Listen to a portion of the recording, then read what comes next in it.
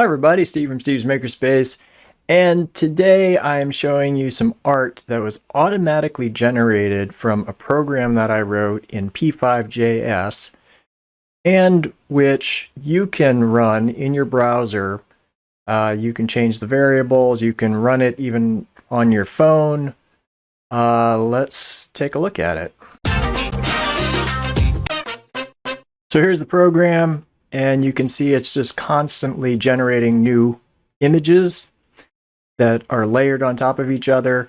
It's using a hypotrochoid curve right now. There's also an epitrochoid curve. Let's switch it over to the epitrochoid so you can see that one.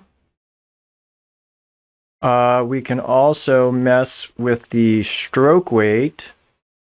We'll make that 5 instead, and you can see it's more bold, and you can pause it by clicking here. If it's on your phone, you can tap your phone to pause it. We have alpha, which is transparency, so we can make it less transparent by increasing this to say 250. That's going to make the colors more vibrant. Let's switch this back down to a 1 stroke weight. So I got those images by just clicking to pause and then taking a snapshot of it. We can increase the number of pixels basically that are being drawn per image, because each second it's generating, well, each microsecond it's generating a new image. I can increase this to say 20,000. Although, yeah, I find that it's not as interesting when it's generating more pixels. Yeah, it's too much information, I think. So 5,000 is a better number. We could go down to, say, 2,000, see what that does. Or maybe even 1,000. Let's try 1,000. That might be interesting. Maybe we'll increase the stroke weight for this. Okay, that's kind of interesting. And you can see it's doing a spiral shape. Whoa, rainbow. All right, that's pretty nice. There's also an offset that you could do. Right now it's not being offset from the center, so I can tell it how far to stray from the center. So let's say we want to stray 100 from the center. And also how fast it's straying, the speed of change. So we could change this to 0.1 and it would be going all over the place, quite jumpy. So I'm not sure I like that one. We'll put that back to at least 0.01, I think. That might be nice with some of the other values.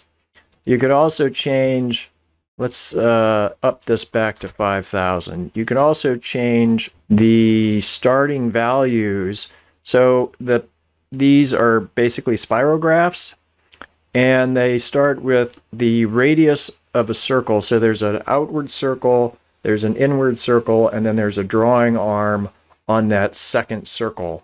And so these are the lengths of the radius of one circle, the radius of the other circle, and the length of the drawing arm.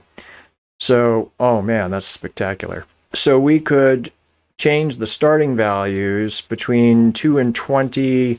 Let's start with a 12 instead.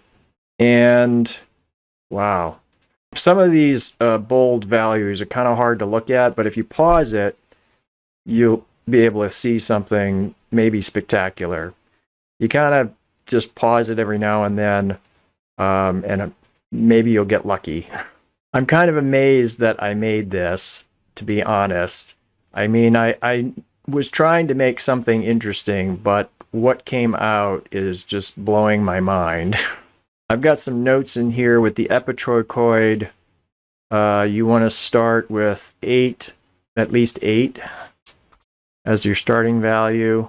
And then with the, what's it called, the hypotrochoid, you can start as low as 1 for your starting value. Down farther, there's some randomness. These values are how much it's changing. And you do want to have these not the same, the beginning random and the ending random, because if they're the same, then it's like going to stay kind of in the same spot. But if you make one value a little larger than the other, then it's going to shift more. And then I have it wrapping around when it gets to the end of the values. So like if it's the same with the color, this is RGB color.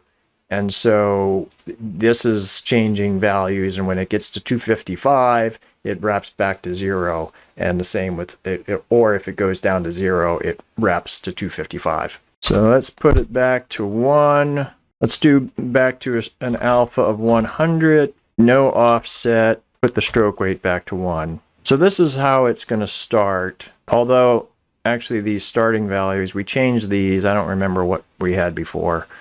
So in order to change these values in here, this is the p5.js website. You are going to have to create your own user ID. Right now, I'm logged in as Steve's Makerspace.